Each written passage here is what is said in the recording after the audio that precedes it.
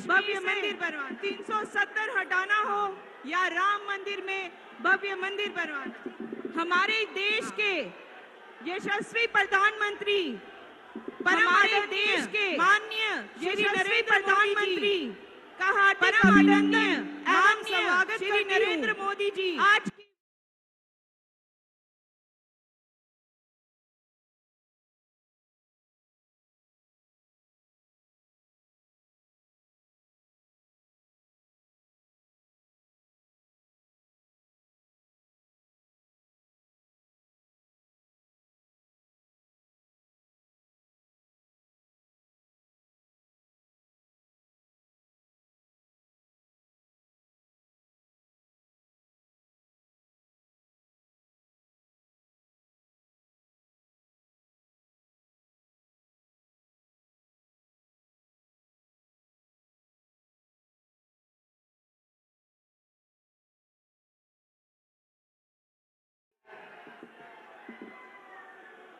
धन्यवाद महोदय जी। माननीय प्रधानमंत्री श्रीमान श्री नरेंद्र भाई मोदी जी, माननीय प्रधानमंत्री बहुत मान सम्मान श्रीमान श्री नरेंद्र भाई बढ़ाए रखने के लिए मातृशक्ति बहुत मान सम्मान माताओं बहनों की ओर से बढ़ाए रखने के लिए आसीन हमारी बहनें माननीय प्रधानमंत्री जी का स्वागत करेंगी। मंच आसीन हमारी बहनें माननीय प्रधानमंत्री जी का स्वागत करेंगी। मैं धन्यवाद करती हूँ सभी बहनों की ओर से। अब मैं स्वागत करती हूँ जम्मू कश्मीर भारतीय जनता पार्टी के सम्मानित अध्यक्ष भाई श्री रविंद्र रैना जी से कि वो अपने भाषण अभिवादन के लिए मंच पर आएं। धन्यवाद।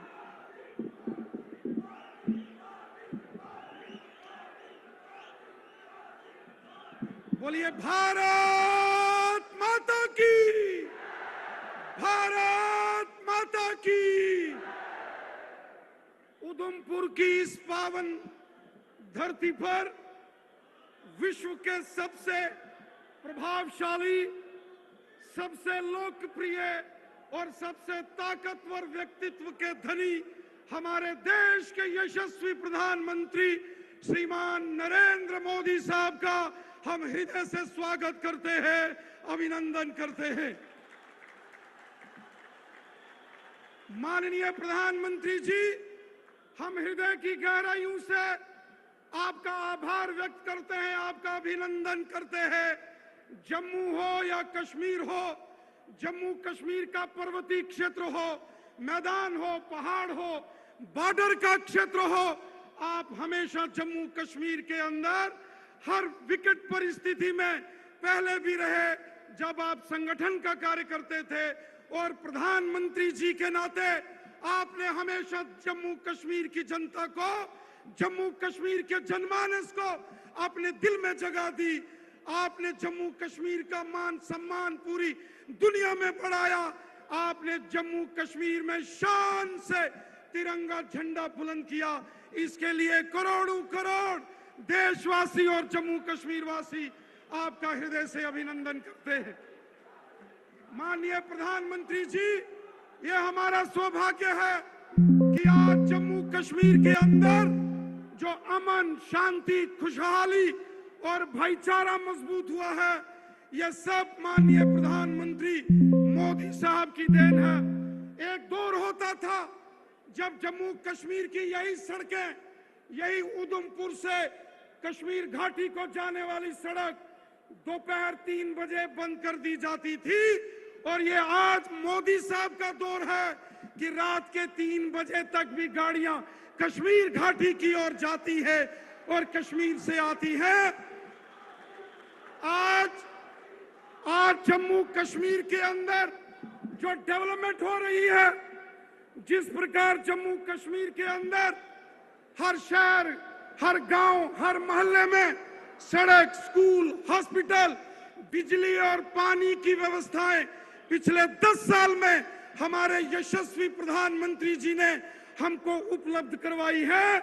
इसके लिए हम अपने माननीय प्रधानमंत्री जी का हृदय से धन्यवाद करते हैं, हृदय से अभिनंदन करते हैं।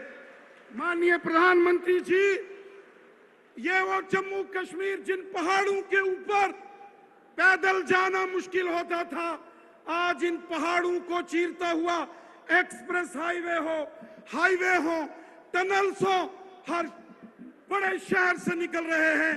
इतना ही नहीं, जिन पहाड़ों के ऊपर पैदल जाना मुश्किल होता था, आज उन पहाड़ों के बीच से रेल गुजर रही है। रेल कश्मीर से कन्याकुमारी, कश्मीर से कन्याकुमारी कोई सोच नहीं सकता था कि कभी रेल मार्ग से जुड़ेगा, लेकिन वो कहावत है कि मोदी साहब हैं तो सब मुमकिन है। मोदी साहब हैं तो कश्मीर से कन्याकुमारी की रेल संभव है। मोदी साहब हैं तो जम्मू कश्मीर के हर शख्स के जेब में गोल्डन कार्ड है।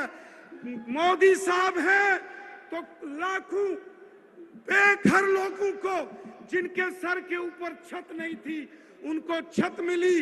गरीब किसानों के खाते में 6-6 हजार, गरीब लोगों को फ्री राशन। सबका साथ, सबका विकास और सबका विश्वास पूरे भारत के साथ साथ जम्मू कश्मीर के अंदर भी आपने उसको धरातल पर यहाँ पर लागू किया है। इसके लिए हम आपका आभार व्यक्त करते हैं। माननीय प्रधानमंत्री जी, जम्मू कश्मीर में हिंदू, मुसलमान, सिख, ईसाई आज सब आपस में भाई भाई के नाते खुशहाली और यकजहती से रहते हैं। इसका बहुत बड़ा, अगर इसके पीछे का प्रयास और मेहनत है, हमारे माननीय प्रधानमंत्री मोदी साहब की मेहनत।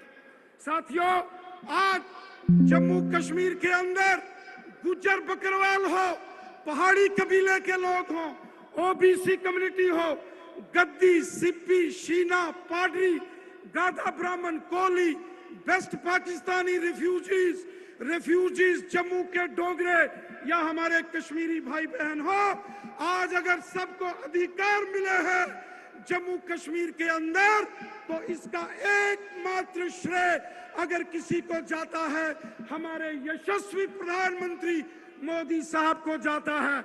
ये मोदी साहब के कारण आज जम्मू कश्मीर में खुशहाली आई है।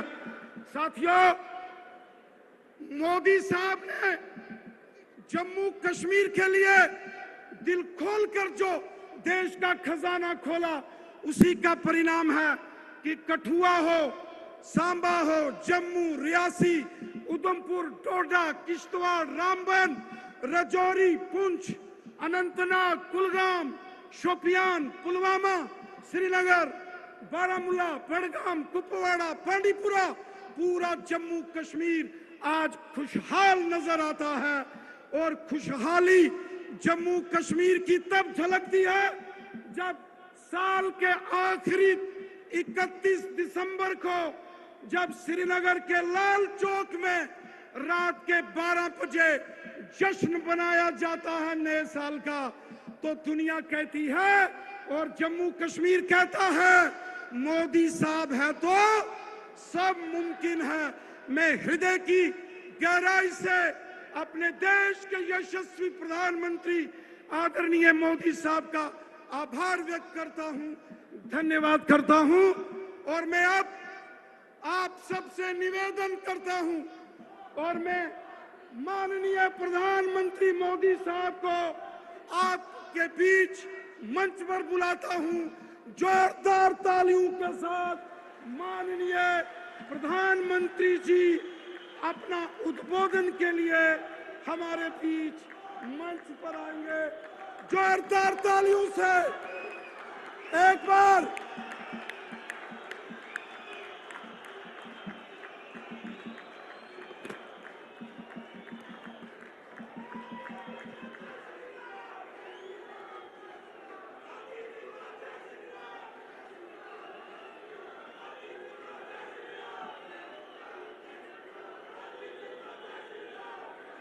भारत माता की,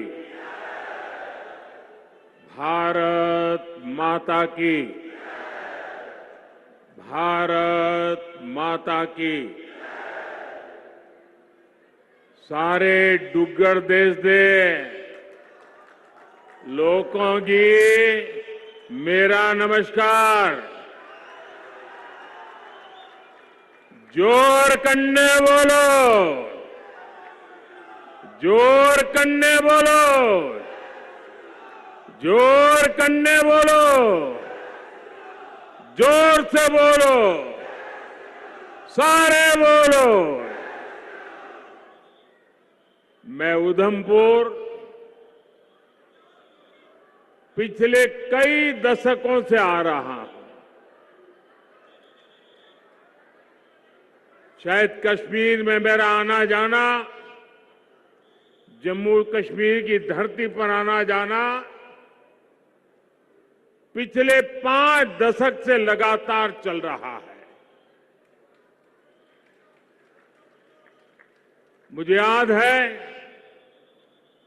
1992 में एकता यात्रा के दौरान यहां जो आपने भव्य स्वागत किया था, जो सम्मान किया था, एक प्रकार से पूरा क्षेत्र रोड पर आ गया था।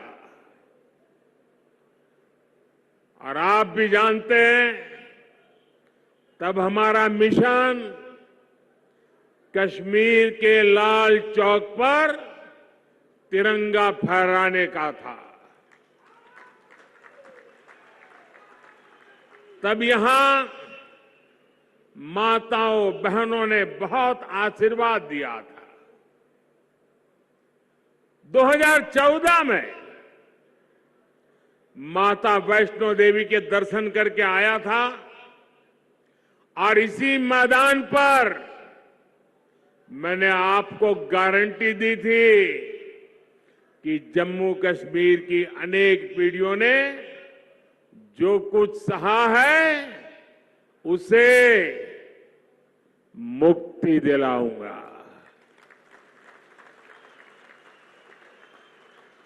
आज आपके आशीर्वाद से मोदी ने वो गारंटी पूरी कर दी है।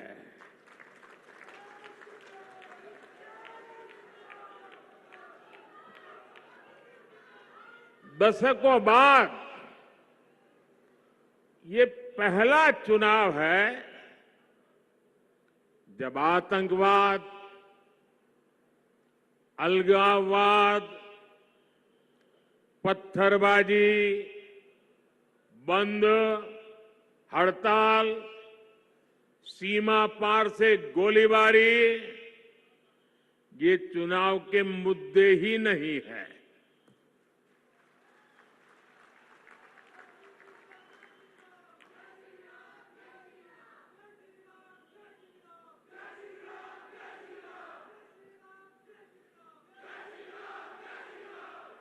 तब माता वैष्णो देवी यात्रा हो या अमरनाथ यात्रा, ये सुरक्षित तरीके से कैसे हो, इसको लेकर ही चिंताएं होती थी। अगर एक दिन शांति से गया तो अखबार में बड़ी खबर बन जाती थी।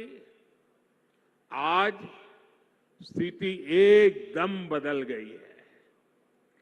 आज जम्मू कश्मीर में विकास भी हो रहा है और विश्वास भी बढ़ रहा है। इसलिए आज जम्मू और कश्मीर के चप्पे चप्पे में भी एक ही गूंज सुनाई दे रही है।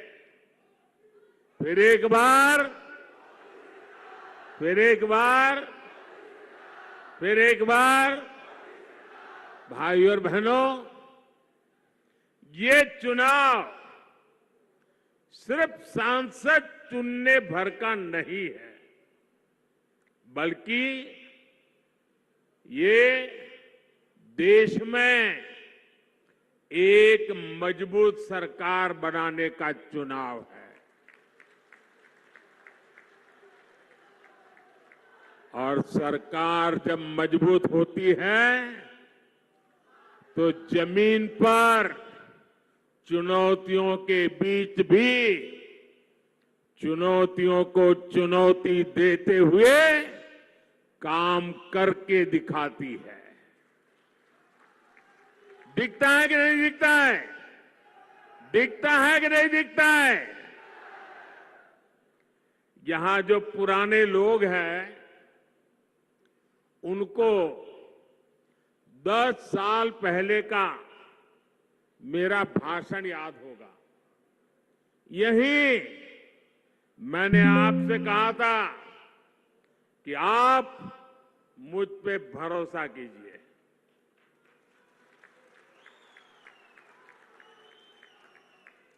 याद है ना?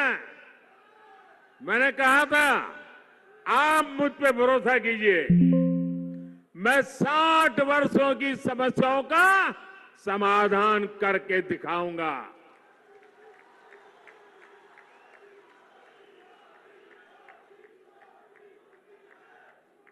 तब मैंने यहां माताओं बहनों के सम्मान की गारंटी दी थी।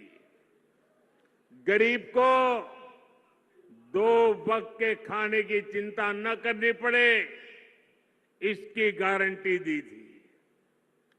आज जम्मू कश्मीर के लाखों परिवारों के पास अगले 5 साल तक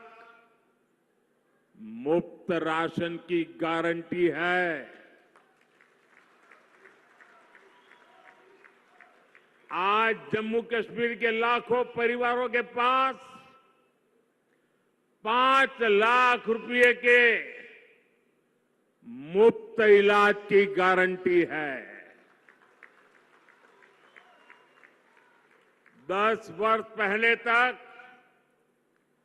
जम्मू कश्मीर के कितने ही गांव थे जहां बिजली, पानी और सड़क तक नहीं थे। आज गांव-गांव तक बिजली पहुंच चुकी है। आज जम्मू कश्मीर के 75% से ज्यादा घरों को पाइप से पानी की सुविधा मिल रही है। इतना ही नहीं, ये डिजिटल का जमाना है। डिजिटल कनेक्टिविटी चाहिए। मोबाइल टावर दूर सुदूर पहाड़ों में भी लगाने का बड़ा तेज अभियान चलाया है। भाई और बहनों, मोदी की गारंटी यानी गारंटी पूरा होने की गारंटी।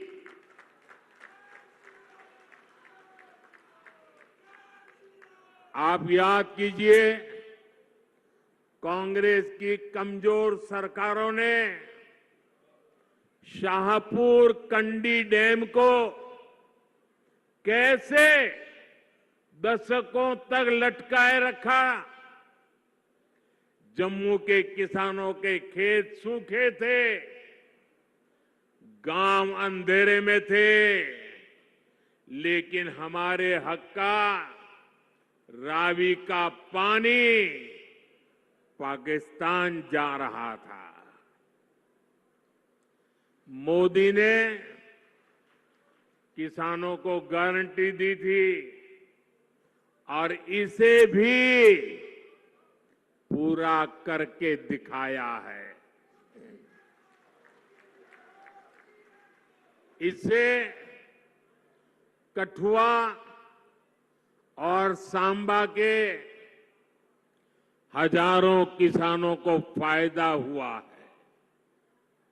यही नहीं, इस डैम से जो बिजली पैदा होगी वो जम्मू कश्मीर के घरों को रोशन करेंगे। भाई और बहनों, मोदी विकसित भारत के लिए विकसित जम्मू कश्मीर के निर्माण की गारंटी दे रहा है। लेकिन कांग्रेस, नेशनल कॉन्फ्रेंस पीडीपी और बाकी सारे दल जम्मू कश्मीर को फिर उन पुराने दिनों की तरफ ले जाना चाहते हैं। इन परिवार चलित पार्टियों ने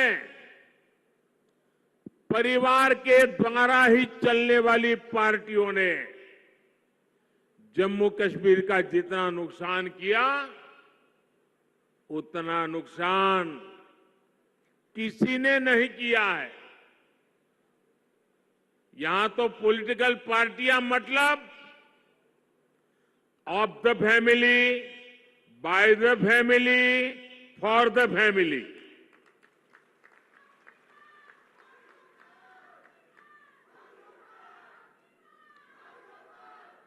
सत्ता के लिए इन्होंने जम्मू कश्मीर में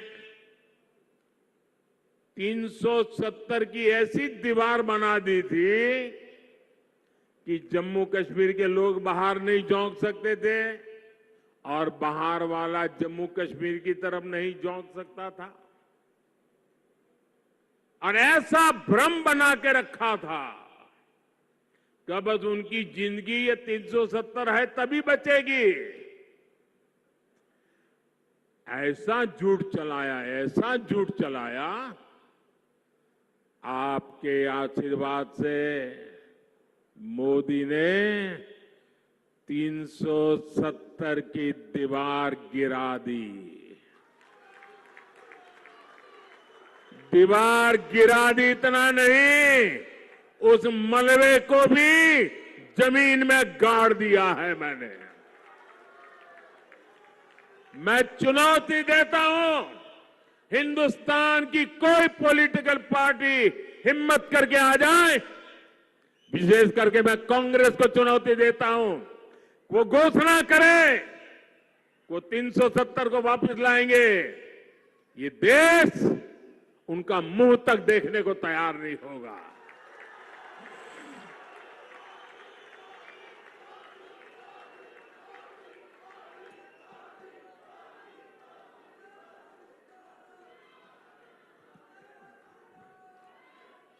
ये कैसे कैसे भ्रम फैलाते हैं, कैसे कैसे लोगों को डरा के रखते हैं। ये कहते थे 370 हटी तो आग लग जाएगी, जम्मू कश्मीर हमें छोड़ के चला जाएगा। लेकिन जम्मू कश्मीर के नौजवानों ने इनको आईना दिखा दिया। अब देखिए, जब यहां उनकी नहीं चली, जम्मू कश्मीर के लोग उनकी असलियत को जान गए। अब जम्मू कश्मीर में उनके झूठे वादे, भ्रम की मायाजाल नहीं चल पा रही है, तो ये लोग अब जम्मू कश्मीर के बाहर देश के लोगों के बीच भ्रम फैलाने का खेल खेल रहे हैं। ये कहते हैं कि 370 के हटने से देश को कोई लाभ नहीं हुआ। जिस राज्य में जाते हैं वहां भी बोलते हैं तुम्हारे राज्य को क्या लाभ हुआ, तुम्हारे राज्य को क्या लाभ हुआ। 370 के हटने से क्या लाभ हुआ है, वो जम्मू कश्मीर की मेरी बहन बेटियों को पूछो, जो अपने हकों के लिए तरस रही थी। ये उनका भाई, ये उनका बेटा, उन्होंने उनके हक वापस दिए हैं।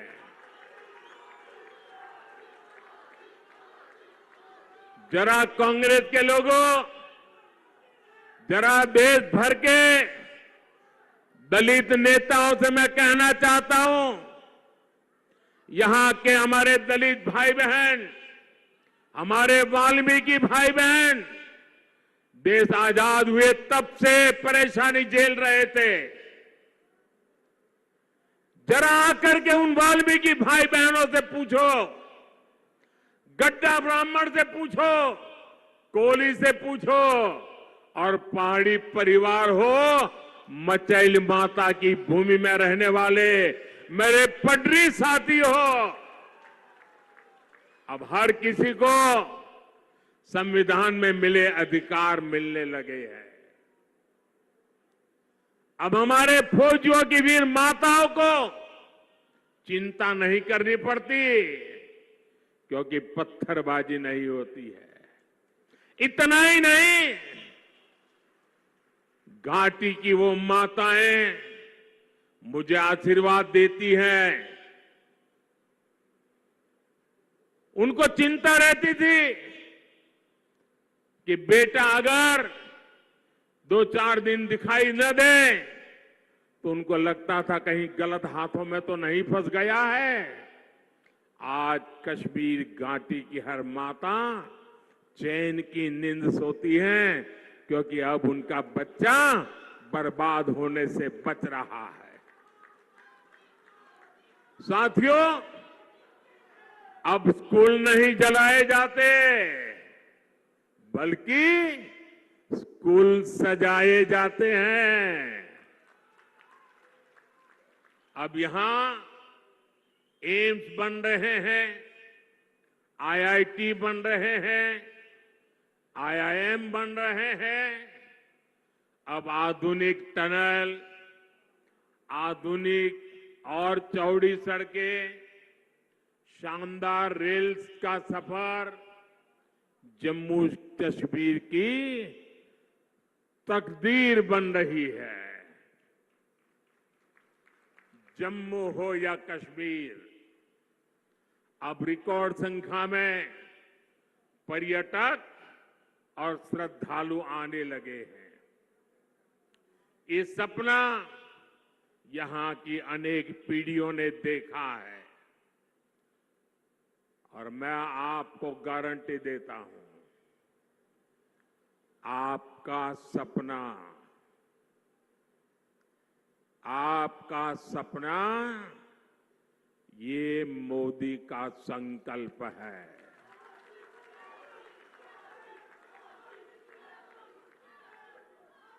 आपके सपनों को पूरा करने के लिए हर पल आपके नाम, आपके सपनों को पूरा करने के लिए हर पल देश के नाम, विकसित भारत का सपना पूरा करने के लिए 24/7 फॉर 2047 ये मोदी की गारंटी है।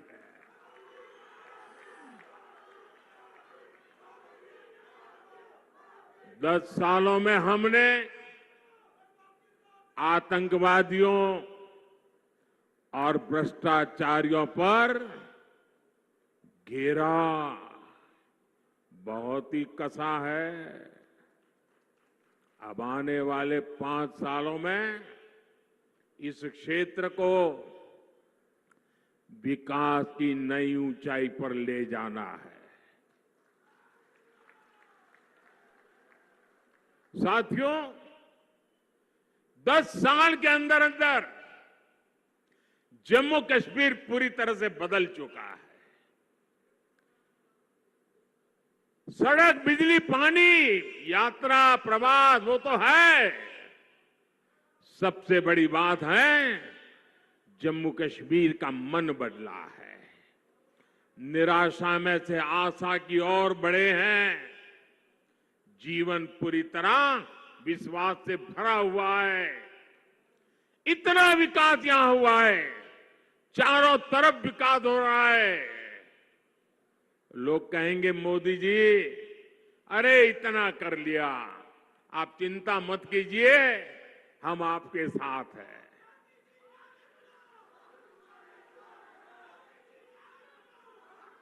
आपका साथ,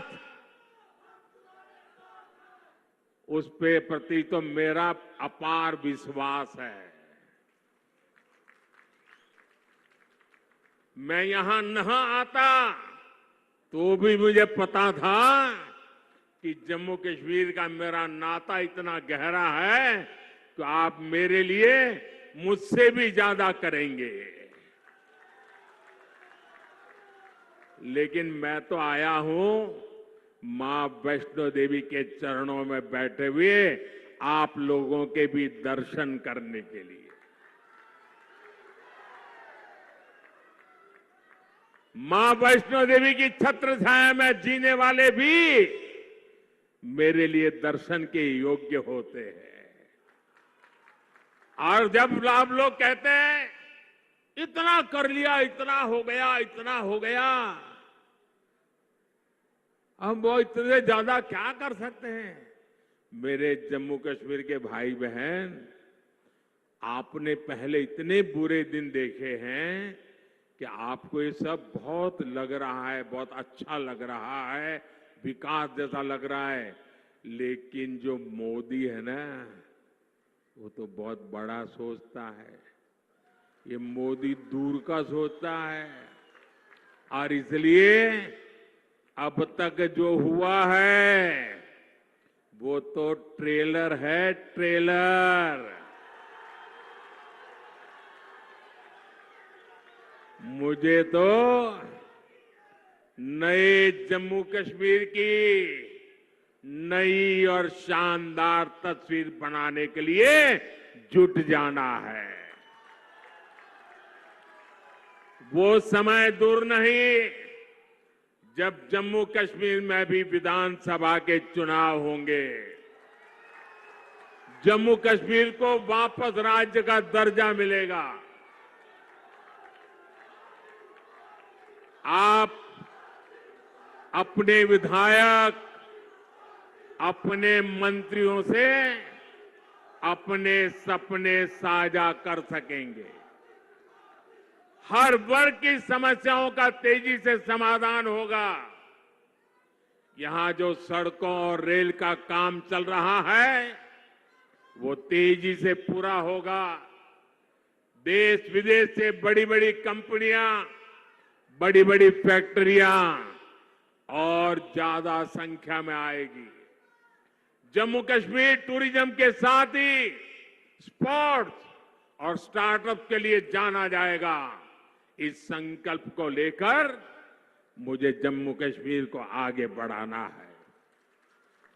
भाइयों और बहनों, ये परिवार चलित, परिवारवादी, परिवार के लिए जीने मरने वाली पार्टियों विकास की भी विरोधी है और विरासत की भी विरोधी है। आपने देखा होगा कि कांग्रेस राम मंदिर से कितनी नफरत करती है।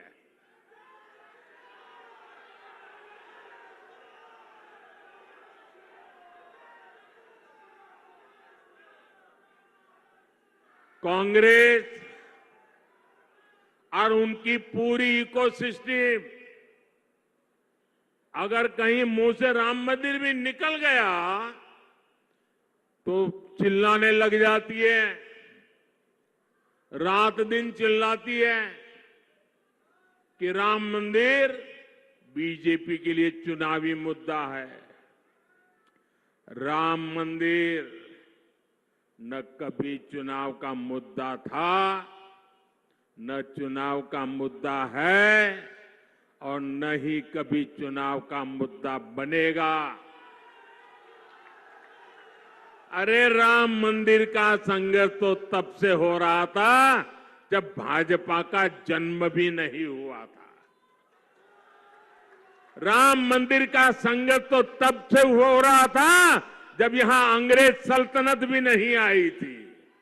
राम मंदिर का संघर्ष 500 साल पुराना है, जब कोई चुनाव का नामो निशान नहीं था।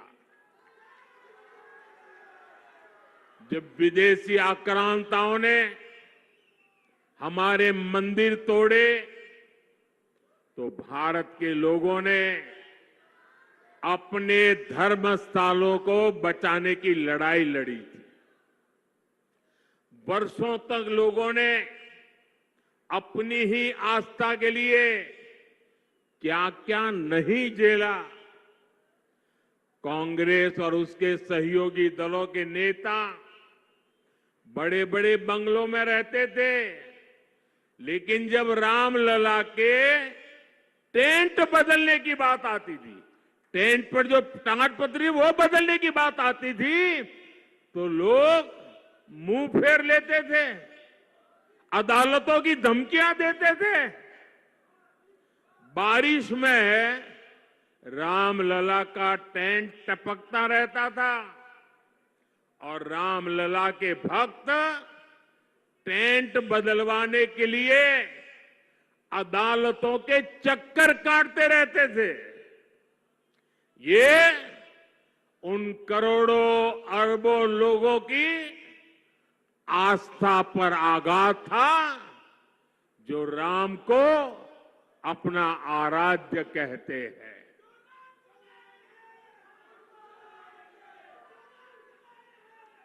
और हमने इन्हीं लोगों से कहा कि एक दिन आएगा जब रामलला भव्य मंदिर में विराजेंगे।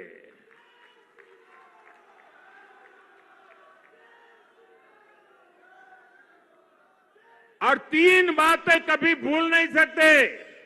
एक, 500 साल के अविरत संघर्ष के बाद ये हुआ है। आप सहमत हैं? 500 साल के अविरत संघर्ष के बाद हुआ है। आप सहमत हैं? दूसरा, पूरी न्यायिक प्रक्रिया की कसौटी से कस करके, न्याय के तराजू से तोल करके अदालत के निर्णय से ये काम हुआ है। सहमत है? तीसरा, ये भव्य राम मंदिर सरकारी खजाने से नहीं, देश के कोटि कोटि नागरिकों ने पाई पाई दान देकर बनाया है। सहमत है? जब उस मंदिर की प्राण प्रतिष्ठा हुई, जब उस मंदिर की प्राण प्रतिष्ठा हुई, तो पिछले 70 साल में कांग्रेस ने जो भी पाप किए थे, जो भी रुकावटें डाली थी, उनके साथियों ने जो भी रुकावटें डाली थी, सबको माफ करके राम मंदिर के जो ट्रस्टी हैं वो खुद कांग्रेस वालों के घर गए, इंडी गठबंधन वालों के घर गए, उनके पुराने पापों को माफ कर दिया और उन्होंने कहा राम आपके भी हैं, आप प्राण प्रतिष्ठा में जरूर पधारिए। सम्मान के साथ बुलाया, लेकिन उन्होंने इस निमंत्रण को भी ठुकरा दिया।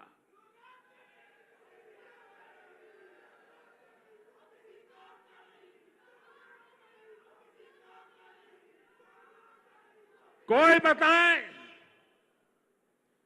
वो कौन सा चुनावी कारनामा था जिसके दबाव में आपने राम मंदिर के प्राण प्रतिष्ठा के निमंत्रण को ठुकरा दिया?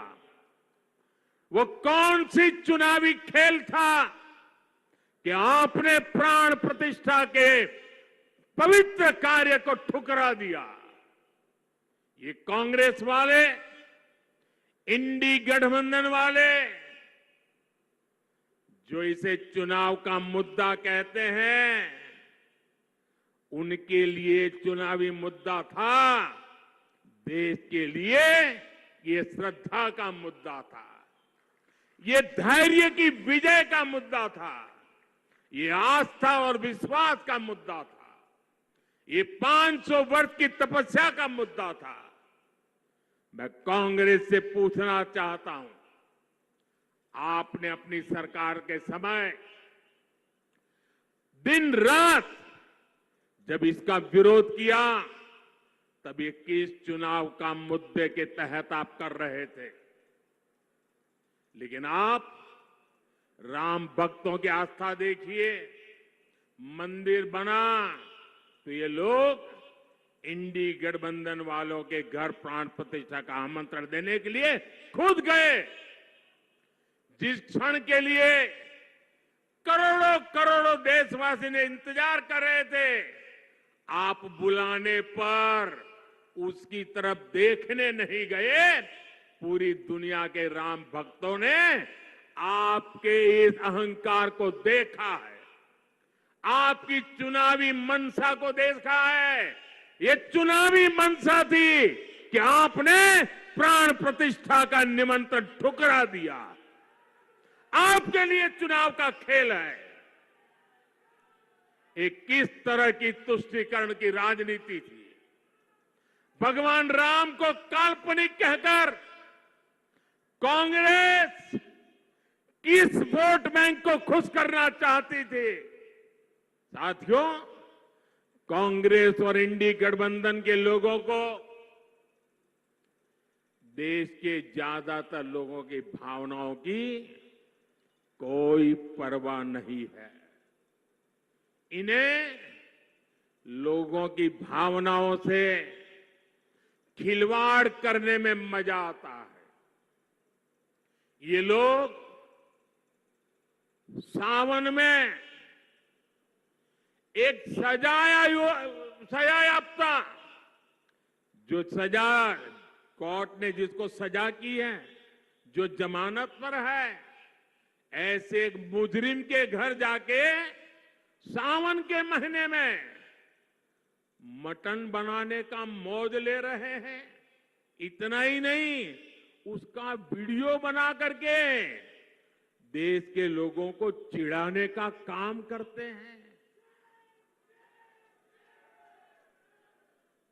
कानून किसी को भी कुछ भी खाने से नहीं रोकता है और न ही मोदी रोकता है। सभी को स्वतंत्रता है कि जब मन करे वेज खाए या नॉन वेज खाए, लेकिन इन लोगों की मंशा दूसरी होती है। जब सब मुगल यहां आक्रमण करते थे ना, तो उनको सत्ता, राजा को पराजित करने से संतोष नहीं होता था। जब तक मंदिर तोड़ते नहीं थे, जब तक श्रद्धा स्थानों की कत्ल नहीं करते थे, उनको संतोष नहीं होता था। उनको उसी में मजा आता था। वैसे ही सावन के महीने में वीडियो दिखाकर वो मुगल के लोगों के जमाने की जो मानसिकता है ना, उसके द्वारा वो देश के लोगों को चिढ़ाना चाहते हैं और अपनी वोट बैंक पक्की करना चाहते हैं। ये वोट बैंक के लिए ये चिढ़ाना चाहते हैं। आप किसे चिढ़ाना चाहते हैं?